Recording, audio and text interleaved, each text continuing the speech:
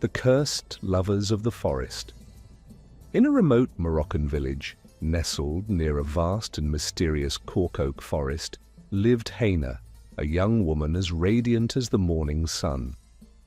She was betrothed to her cousin Aziz, a brave and kind-hearted man who had left for a distant village to study the Quran. Before leaving, he swore to return and marry her. Days turned into months, and Hayna eagerly awaited his return. But fate had other plans.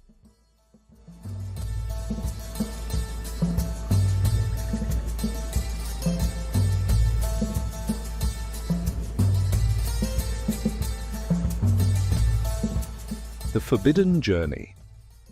One afternoon, the village girls decided to venture into the forest to collect firewood. Hayna's mother, wary of the dangers that lurked beyond the trees, forbade her daughter from going. "The forest changes when the sun sets," she warned. "No good comes from wandering too far." But Hayna, desperate to escape her confinement, begged and pleaded. Seeing her daughter in tears, the mother reluctantly agreed, after warning her to return before nightfall. As the girls wandered deeper into the forest, they stumbled upon strange objects: a necklace, a bracelet, a ring. Each girl claimed a treasure. Hayna found a golden firebrand, glimmering like a fallen star. She tried to tuck it into her belt, but it slipped. Again and again it fell, as though refusing to be owned. Distracted, she failed to notice that her friends had moved far ahead. The sky darkened, a chilling breeze rustled the branches. Hayna's heart pounded. Suddenly a growl echoed through the trees. From the depths of the forest a monstrous ghoul emerged, tall as a tree, with eyes like burning coals and teeth as sharp as daggers. The girls screamed and scattered like frightened birds. Hayna, weighed down by her bundle, stumbled. Before she could run, the ghoul's clawed hand closed around her, lifting her off the ground like a rag doll. She screamed, but the wind swallowed her voice as the beast carried her into the abyss of the forest.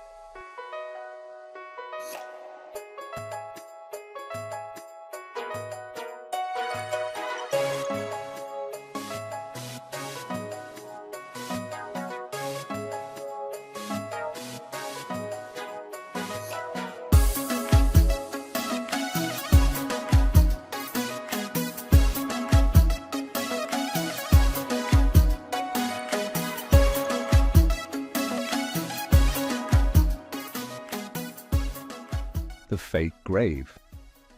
Months passed.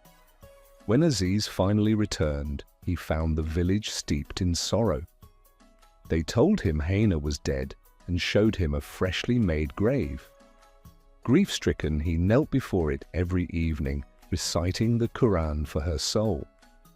One day, an old shepherd woman passed by leading her cows. One of the animals trampled the grave. Aziz, furious, threw a stone to chase it away. The old woman cackled. "Why waste your tears on a pile of stones?" she said. "Your Hayna does not rest here. This is no grave, just dirt and lies." Aziz's heart thundered. He dug into the earth with his bare hands and uncovered a simple stone hidden beneath the soil. Betrayed, furious, he stormed home and demanded the truth. Cornered, his mother finally confessed. Hayna was taken by the ghoul. Aziz wasted no time. He saddled his horse and rode into the night, his heart burning with determination. The journey through the haunted hills. As he rode through the land, he encountered a series of mystical hills, each glowing with an eerie light. At the blue hill, he called out, "Oh, blue hill, why do you glow deeper?" "Because Hayna has passed this way."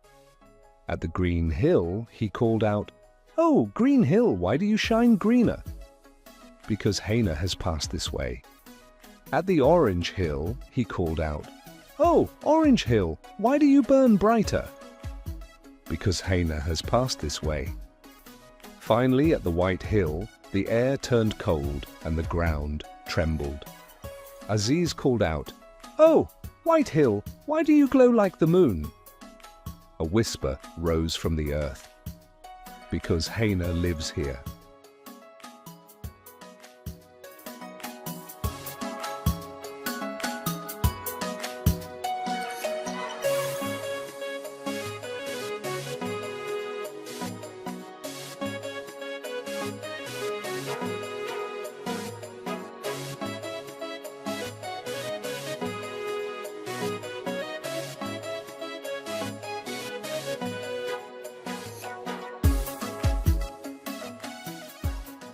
The Ghoul's lair. Ahead, a house loomed, its roof woven from bones and shadows. Aziz approached cautiously. Near the entrance, a rooster strutted in the moonlight. Aziz bent down and whispered, "Tell Hayna I have come for her." The rooster darted inside, but Hayna, imprisoned for so long, dared not believe it. Aziz whispered again, "What is Hayna doing now?" "She spins wool while the Ghoul is away." "Then go back inside, tangle yourself in her wool and force her to follow you." The rooster obeyed, and Hayna, seeing the mess, followed it outside, straight into Aziz's waiting arms. Tears filled her eyes. "You came for me." "We leave now," Aziz said, but Hayna's face paled. "No, he will be back. You must hide." She pushed him into a dark cellar just as thunderous footsteps approached. The Ghoul burst in, nostrils flaring. "I smell a man in my house."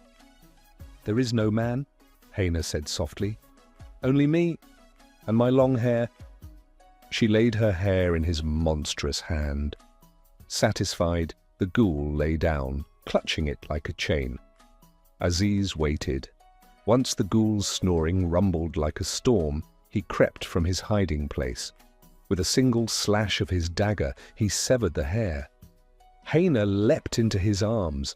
As they fled, she threw salt over every enchanted object in the house, except one, the mortar. As soon as they reached Aziz's horse, the mortar shrieked, "Tan Tan! The girl is gone!" The Ghoul roared awake and gave chase. The cursed escape. Riding through the night, Aziz and Hayna fled as fast as the wind, but behind them, the Ghoul bellowed, "If you see two crows fighting, do not separate them. If you see two mountains colliding, do not pass between them." Aziz ignored the warning. He rode between the mountains and his horse was crushed. He saw two crows locked in battle. He pulled them apart. One of them turned on him, devouring him whole. Aziz became a crow. Hayna, left alone, was turned into a dog.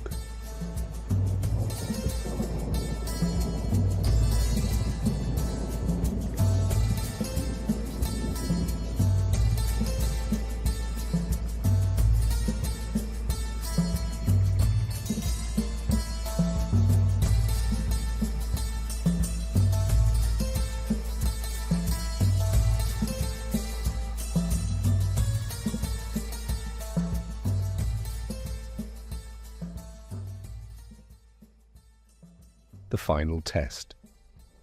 A kind family of hunters found the dog and took her in.